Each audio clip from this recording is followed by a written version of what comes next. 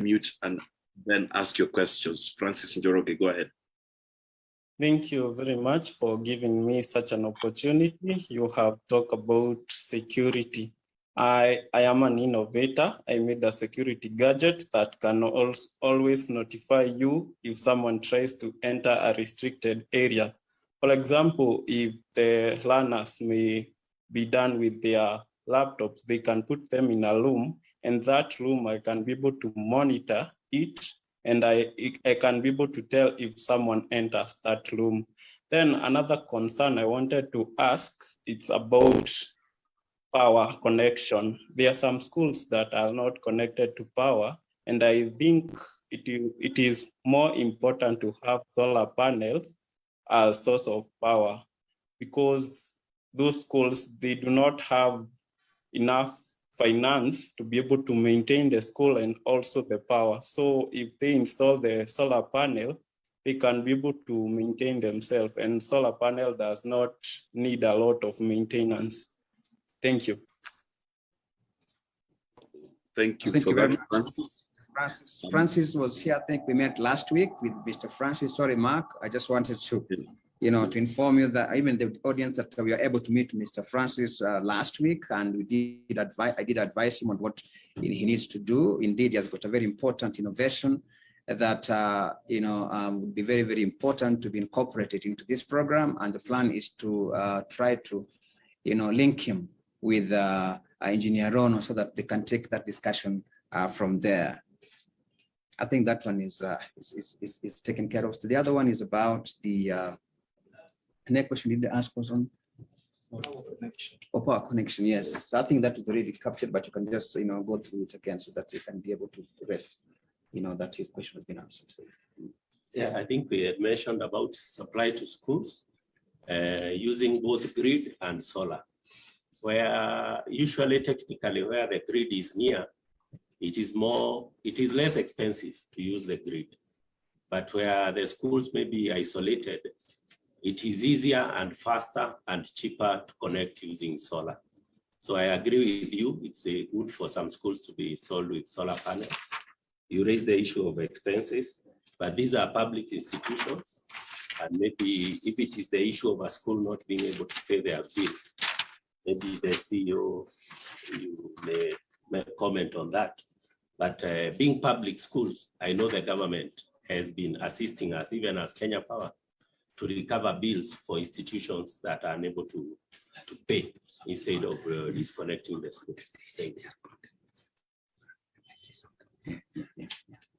All right, thank you so much for that answer. I will have to speak Safe Joey because he has breached our rules of engagement and used an unprintable word in his comments. So Safe Joey, I will have to skip your question because I told you this is not only a meeting of record, but it is also a meeting of decorum. Therefore, I will ask James Maina to unmute and ask his question. James Maina, go ahead. Okay, thank you so much for the opportunity. I want to ask the panelists there. Now that from 2013, I'm sure some of the devices maybe have broken down or some repairs have been done. What are they doing about the electronic waste that is being generated? And maybe if there is any actors in place that they're using. And then also I have a question on the enrollment. I can confirm I have been to schools as a technician, and one of the questions most of the teachers will ask me is what are they going to do with the number of students that are increasing, maybe because of the free education system, and with the enrollment they used in 2013, this classes have expanded, and you find the ratio is increasing now, maybe to some extent. You find them saying it's 1:8. So I would like maybe to see or hear from the facilitators or the panelists there, what's the plan to add more devices to these schools? Thank you. Thank you very much, Mr. James Maina. I think engineer can take both of those questions. All right, I thank you, James Minor. Maybe before I talk about James Minor issue, there was a question asked by Duncan on online content, which can be exposing our children, our learners to some unnecessary sites. But through Communication Authority, the government has been able to put up a policy called Child Online Protection Mechanism to ensure that our kids are not exposed to unnecessary content. Additionally, we have also made sure that all our contents are whitelisted. If you check, we really control the content these learners are actually accessing, so that we don't expose our learners to unnecessary content. At the same time, we also tell parents also to be careful in their homes, because as much as we control as government the learners, they can still get this content from the phones of their parents at home. So it is a responsibility of government and also all of us as a society. So let me just go to James Minor case on packages. Yes, we have had cases of packages, but there are not so many. Because of the way these gadgets were designed, they are very ruggedized, and when they drop, you really need to hit a hard ground at a very high dropping level so that it can break. But on this issue, we have put up a mechanism whereby when these devices break, there's a team who normally visits schools regularly, and there's a phone whereby when there's any problem with this phone number, to really enable teachers to report promptly on any device which is a challenge in terms of packages, and also if they are faulty. And then on this case also, when a device is broken or faulty, they are immediately addressed by the immediate experts on the ground, our technical officers, the interns, and already now ICT Authority, we have employed now the 189 staff who are distributed across the country on permanent and pensionable, thanks to the government, so that we have a sort of a permanent solution when it comes to supporting this infrastructure and this program on the ground. On the issue of electronic waste, yes, it's true. We are talking about 1.2 million devices across the country in various schools. And during the design of the program, we really incorporated a component for to address the e-waste issues which are generated by this project into the environment. And what we did in this program is that each of the implementing agency, which are the 3 universities, they came up with a e-waste model across the country, whereby they employ around 55 SMEs who are making sure that when these gadgets are broken, they are dropped somewhere, they are picked, and then they are taken back to a recycling plan, which is actually here in Nairobi under the Computers for Schools, whereby we recycle these components and make sure that we remove from the environment. There is another initiative which we have also come up with Ministry of Environment and Ministry of Education. We call it One Tree by Device. We are encouraging all schools with devices to plan the number of trees equivalent to the number of devices in their school. And this is also an initiative of ICT Authority to try and address the US issues in this country. And we are also encouraging even the homes and anybody with a device at home, electronic device, to also plan a tree equivalent to the number of devices in their home under the carbon initiative. So this is a concern, yes, but there's a modality to address this concern through recycling and also planting of trees. And we have done quite a number of them in a number of designated areas for planting trees. And we believe this initiative will address some of these issues on e-waste. On the issue of enrollment, yes, when we roll out this program, there was an influx in public primary schools when they received the devices. We had an average of 20% increase in the number of learners coming from private to public. And because the devices planned for specific school was already marked, we had to come up with another initiative. One, share the devices. And then number 2 is that the government has planned to provide more devices in schools now under phase 2, which we believe now it will address the issue of this increasing number of students in schools because of rollout of DLB. Thank you. Thank you. Mark, before you pick the next question, Mr. Kimodo has something that you wish to add. Quickly, Mr. Kimodo, just 1 minute. Thank you. My addition has been covered by the CEO ICT Authority, but nevertheless, in terms of learner safety, the curriculum in CBC has incorporated aspects of how learner needs to be careful and which content the learner is expected to use. And that way then, the content that is provided on Kenya Education Cloud that installed in the devices goes through a quality assurance process, including the open education resources and the content that is generated by teachers. That quality assurance ensures that there's enough content for the learner to move around with and consume and not wander around into the sites that are not good. And this has been covered by Communications Authority and Child Online Protection, and also parents under what we call parental empowerment and engagement, so that the parents are also able to assist the learners.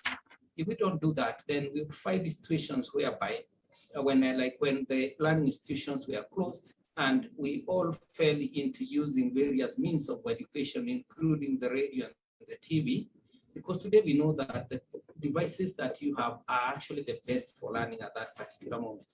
Learning using technology is here to stay with us, and it is across the world. But we are also saying, as curriculum and curriculum implementation lead, is that the device you have is actually the best device. And as we map up so that we have learner and teacher learning, totaled up with learner and technology learning, which is actually the future, then we are also ensuring that the parents and the learners are empowered to be able to take care of safety as they go online. We also are able to rely as KACD and Teacher Service Commission and be able to continuously pass messages, including SMSs, that are advising the parents and the teachers on how to continuously again empower the learners to ensure that they remain with the safe sites. And going forward, even with the SchoolNet, we are sure that with this empowerment, our learners will remain safe and will not be subject to what we call the cyber insecurity. They'll be cyber safe all the way from education perspective to utilization perspective. Thank you. Thank you very much, Dr. John. Mark? Ms. Ouma of Kisumu is raising a concern, and she's raised many concerns, some of which you've already answered. But there's one which is specific. She's saying that kindly tells those who are concerned to visit the schools in Kisumu because no repair has been done on some of the devices. She says some of them do not switch on, they are faulty, and they are not receiving calls or responding to their emails. So that is a direct concern from Ms. Ouma.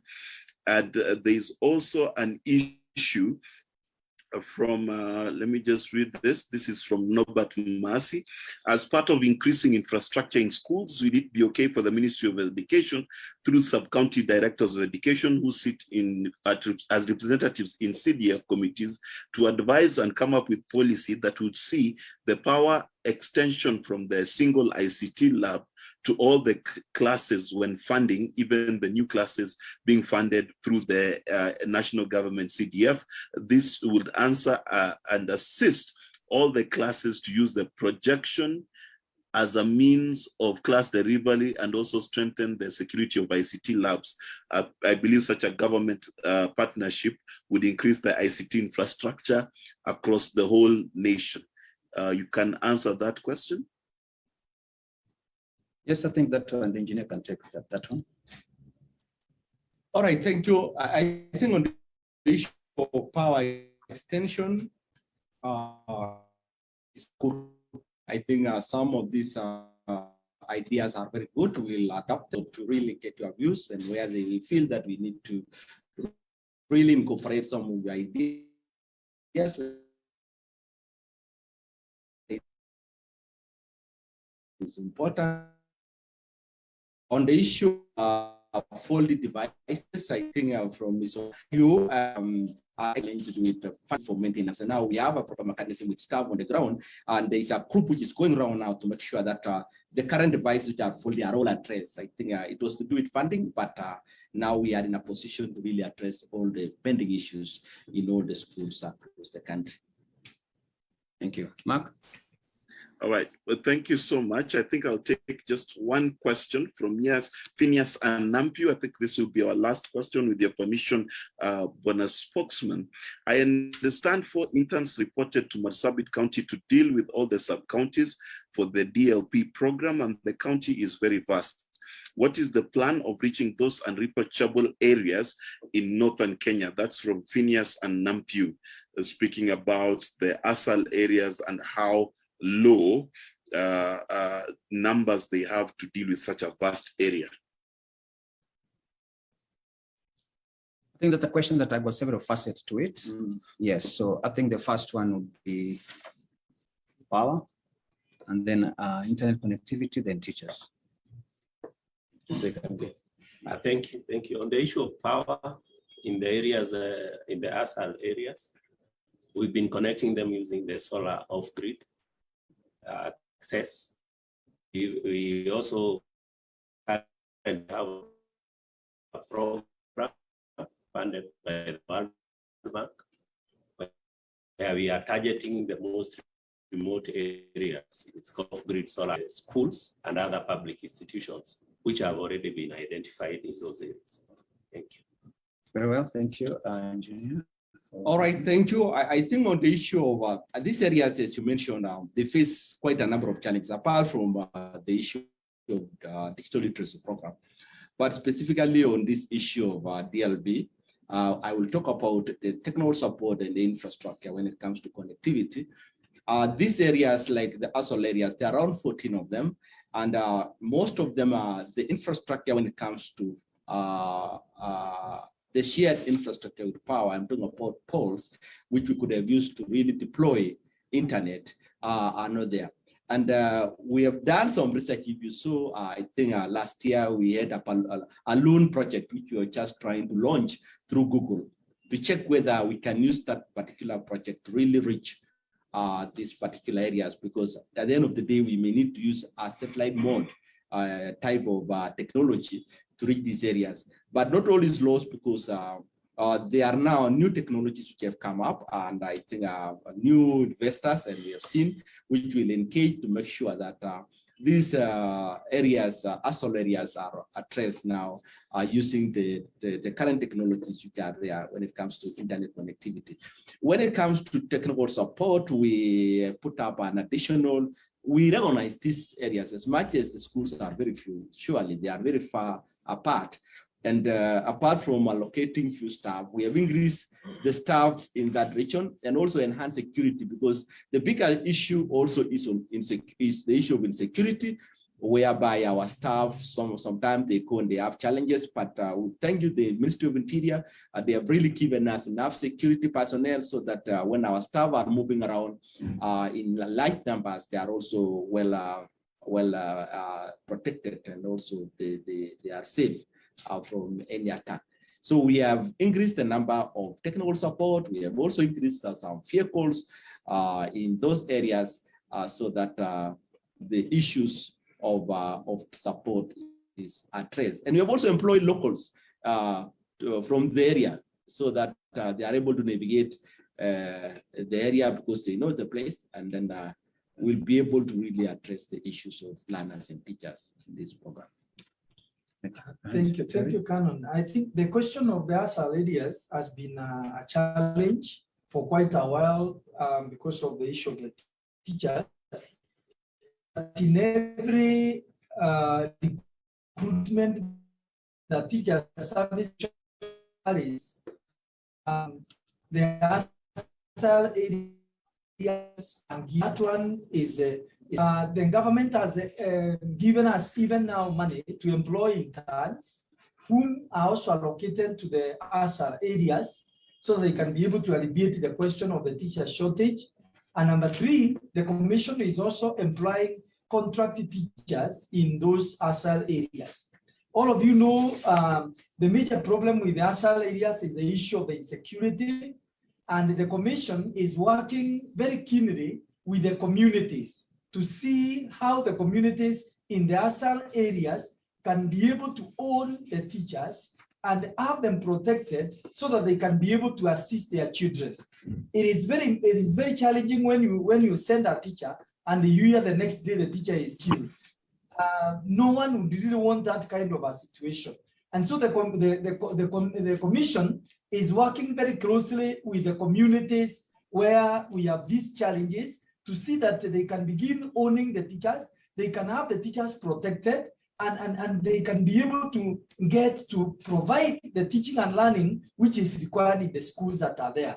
But as all of you know, every year government allocates money for 5,000 teachers who are supposed to be distributed in the entire country.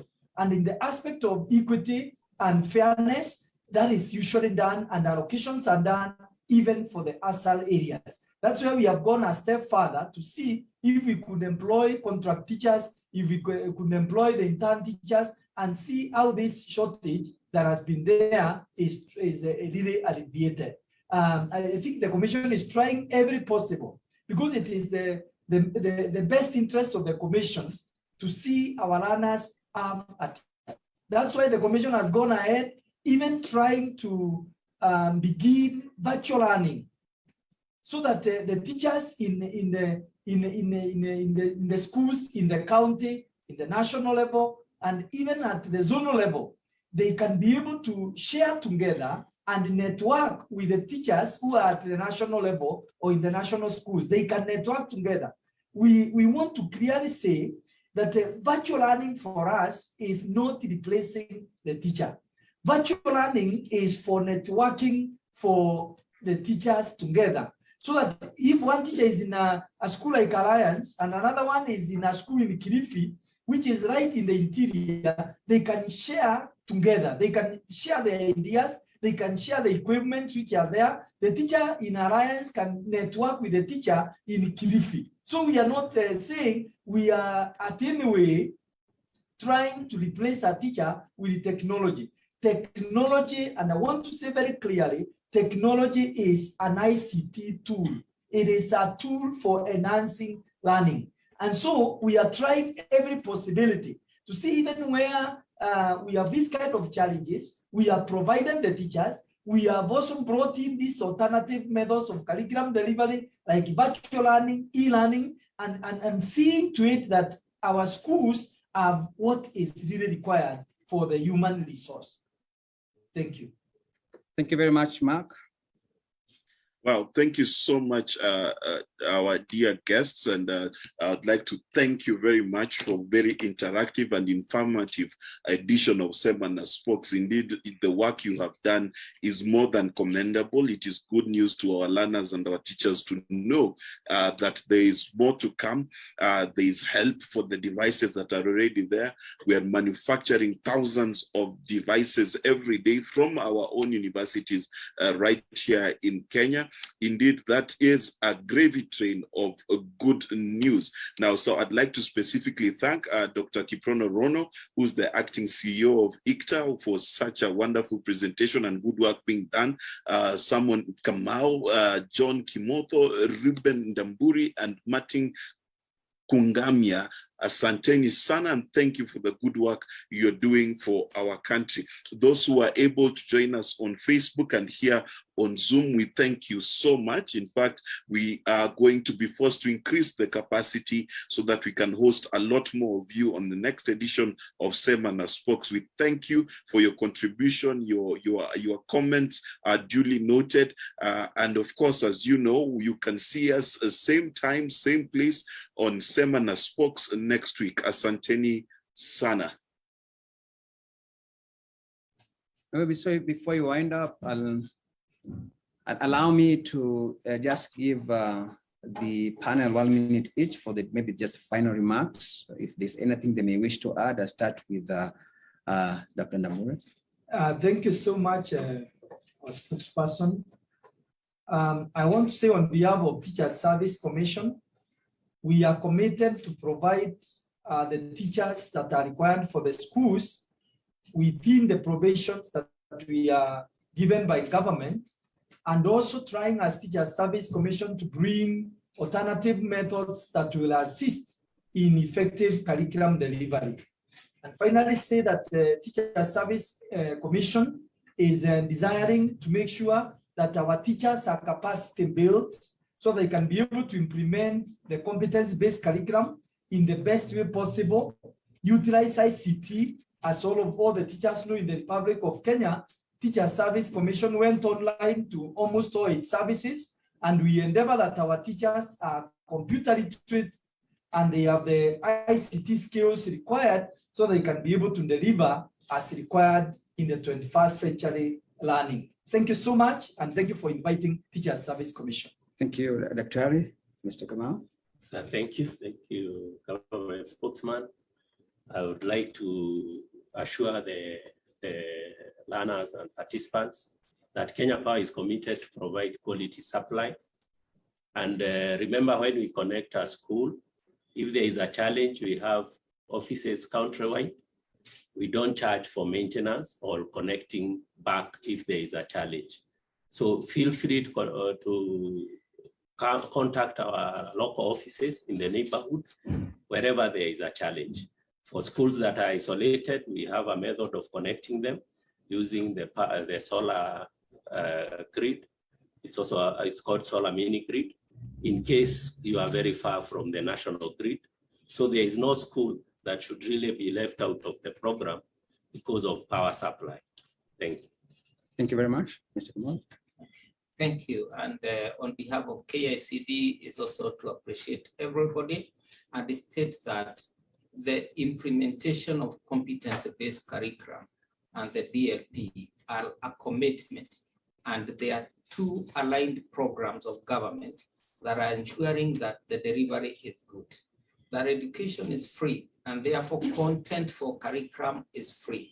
In all means, in terms of textbooks, in terms of the technology, the content that the government provides is what we call scalability, that it can be consumed using any operating system. That is a standard that the government has stood for and has been implemented through the KICD, Ministry of Education, and TSC, and together ensuring that the learners, the teachers have adequate content, adequate orientation programs going forward, and that we are going to have the Kenya we want. Thank you. Thank you very much, Mr. Kimodo. Engineer. All right, I would like also to join hands with my colleagues who are here, especially for the support they have given this program on behalf of ICT Authority. I would also like to thank the management of ICT Authority and our ministry, our FOCS, who has been spearheading this program from the top leadership level. And then the teachers and the parents and the very excited learners who are really utilizing this technology at schools for learning. I want to tell the general public that this project is a project we all need to carry it because it is about our children and our future generation. The world has moved and in this program because there is need to ensure that we equip our young learners at the basic level with this technology so that as they learn, they can really conceptualize and improve on their skills so that they are able to really compete with the rest of the world, come to jobs and other opportunities in future. If we really fail in implementing this project, we will have failed all of us. It is not the government alone, but all of us, because we will have failed our future generation, our young learners who are expecting us to give them direction. Because this is a program which the whole world is implementing. And now I'm happy to tell you that in Africa, we are leading, followed by South Africa, in terms of really accelerating the integration of ICT and learning in all our learning system. I think it is a plus to Kenya, and also ensure that they carry it with a lot of jealousness to ensure that this project really succeeds, so that we are not left behind by the world as they move ahead in this particular program. Studies show that if you don't implement this program, in the next 30 years, you'll be 30 years behind as a country, because it's a program, it's not an event whereby I know sometime public expect results immediately. But due to the uniqueness of this project, which means that it is in line with our education system, whereby you only get results after a specific time period. If you are talking about primary schools, you need 8 years to really tell the impact of the program. So many a times I've heard the public complaining about the impact, whether we have really used the money well in this project. But I would like to assure the public that in terms of how we have really deployed this program, we have done it to the best of our knowledge. And the region, which is the African region, have been coming to Kenya to really come and understand how we have done it within a very short time. And we have really to reach as many learners as possible, the many schools across the country, which in Africa, we are also ahead in terms of the number of schools. So from the region, we are seen as leaders. We are leading the region in this program. And I want to request that we support this program, both from the national level, regional level, and also from our schools, teachers, and even the parents. Please support this program. And I think at our level of, we call the technical implementers, we also want to ensure that we get the best out of this program so that tomorrow our learners, our young people will have the necessary skills to compete with the rest of the world. There are innovators like Francis, and I think you need to come to ICT Authority. Yes, we are looking for ideas we can really assist this project to move ahead, to go forward and be successful. So I want to encourage anybody with an idea, please engage us so that we incorporate all those good ideas so that the project can really succeed. Otherwise, thank you very much. Thank you, Engineer. Finally, Mr. Martin. Yeah, thank you, Government Spokesman. For us as Minister of Education, we want to appreciate the government for this project and actually the support that we are getting across the sector, the participating officers or department ministries in these projects.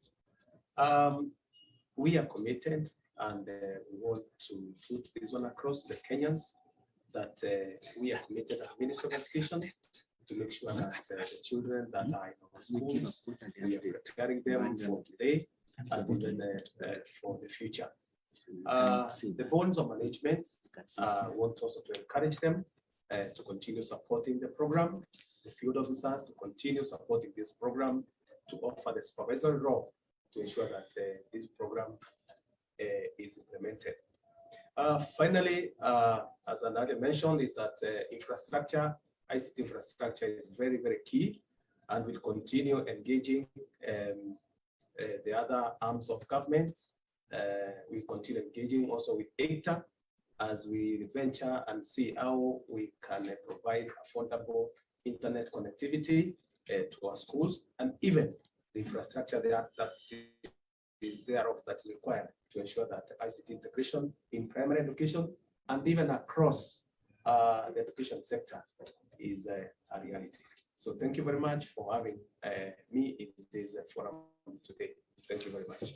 Thank you very much, Mr. Martin. And indeed, it has become very, very clear that this is a program that is on the go. It is a program that the government is ready and willing not only to guide and supervise, but also to mobilize resources to be able to ensure that we are able to achieve our aspiration as a people. Vision 2030 is already here. There are those who may be thinking that we wait until we get to 2030 to begin to see it happening. It's already happening. This is one of the flagship projects for that vision, and we're already in grade 4. So really, you can see that as a government, we are committed to this program, and we can only ask our people also to support this program. Indeed, like the engineer said, we are a leader in this continent, and we can only continue to be in the lead if our people support us. And therefore, as Kenyan people, we must very, very, religiously and jealously guard this program and ensure that all the noise that we hear about, the misconceptions and the misinformation regarding this program, let's ignore them. Because at the end of the day, we must be able to place ourselves on the table with the rest, with the best in the world. We are going to issue updates in as far as the status of this program is concerned. We are going to do it every quarter. So again, our next session like this is going to be done in about 3 months from now. And we'll be inviting you again so that you can be able to find out how far we shall have moved in as far as DLP is concerned. 2 things, of course, were mentioned here that I also want to just reiterate. One of them is about parental responsibility. And as far as content is concerned, indeed, it is the responsibility of both the government and the parents. Some of these students are at home with us during weekends and even in the evening. Are we as parents, being able to supervise what content our learners are actually exposed to when they are back at home? The government has done what it has done to ensure that the content that they are able to visit are those that actually, enhance learning. What about when they're at home? And therefore, we are calling upon parents also to be able to step up, their level of responsibility in as far as providing guidance with regards to the site that our learners are, even children are visiting at home is concerned. The other thing is about the idea of planting a tree for every device that you have. I think all of us here in this room, we have got devices, but the question maybe that we may want to ask is how many of us have been able to plant 1 tree per device? Indeed, some of us have got more than 1 device at home, and therefore we are called upon to plant more than 1 tree based on the number of devices that you have. So can we make it, a point of like a target for ourselves that perhaps in the next 2 weeks or 3 weeks, maybe a month, we shall have planted at least 1 tree per device. And the device here doesn't have to be a computer, even a phone. You plant a tree on the basis of the phone set that you have at home. I think I want to stop it there. Again, let me thank the panel here for such a very informative session. Indeed, many things have come out that even I think the audience did not know. One thing that is clear is that this program is for the benefit of our people, and we must support it, and the government will do all it can in terms of mobilizing resources and providing infrastructure to ensure that we are able to achieve our aspiration as a people of becoming a digitally enabled economy. Thank you very much, and let's meet again on Semana Spoke next Monday. Thank you so much. Asanteni sana, tunawaomba muwe na siku njema. Kwaherini. We don't